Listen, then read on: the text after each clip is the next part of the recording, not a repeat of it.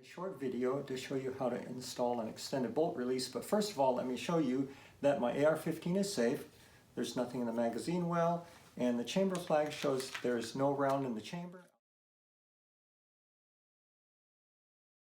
An extended bolt release allows you to operate the bolt release or bolt catch, which is on the left side of your AR-15, from the right side with your right hand.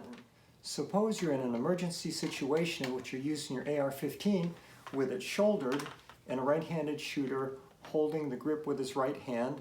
Then you have to perform an emergency malfunction clearance. You have to continue to hold your hand grip with the right hand and pull the charging handle back with the left hand like that, and then you have to lock the bolt back. To do that, you need another left hand, or you're going to have to do some manipulations and take the rifle off your shoulder and operate it with the right hand. When you do that, you're out of the fight for at least a few seconds, which could be very critical.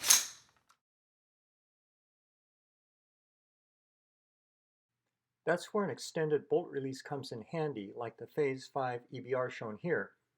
It replaces the stock bolt catch and has a long L-shaped extension which extends down through the trigger guard and out to the right side, thereby allowing you to operate the bolt release from the right side.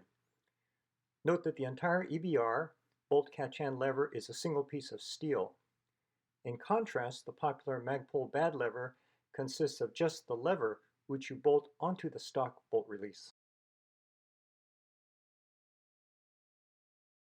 The procedure will be to replace the existing or original bolt catch or bolt release lever, which you can see there. I'll zoom in on it.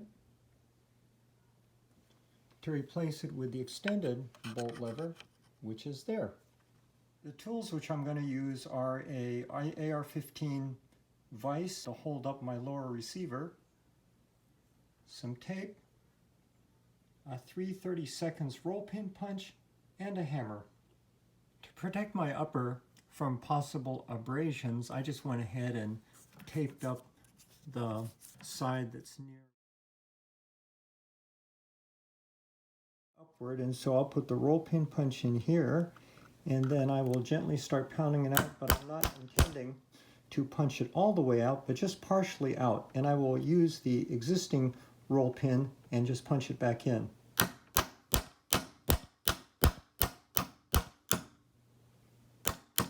You can see it's starting to come out on the other side, so it didn't take very much force to pound it out. So I've been gradually pounding it and checking it. I found out it helps if I cock my hammer back because the hammer was pressing against the bolt catch. So if I do this, it will just come out pretty easily, and there's a plunger that has it's under spring tension. Maybe I'll clean it out a little bit and put it back. I flipped the lower over so it's now facing downward because I'm going to be punching this roll pin downward, so that'll make it a little easier. And you can see I've replaced the plunger. I took it out, cleaned it up, and re-greased the little channel there, so it's there. And so now what I have to do is take the extended bolt release, and I will put it on, and notice, I don't know if you can see, there it has a little hole there, and so that's where the roll pin will go through.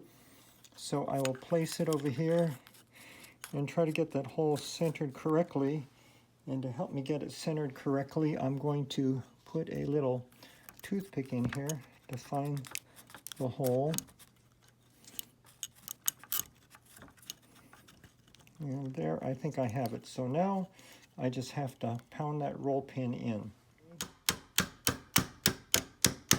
And you can see that it actually doesn't take very much force at all to push that roll pin down, and I'm just about there. I can see from this side. So here's another view of the extended bolt release installed. So you can see it moves freely. I think it will work well. Suppose I'm gripping the AR-15 with my right hand and I have to operate the charging handle with my left hand. I'll pull the charging handle back like this, push up on the extended bolt release. That activates the bolt catch. The bolt is caught. And then now I can also release the bolt from the right side by pushing down on the extended bolt release like this.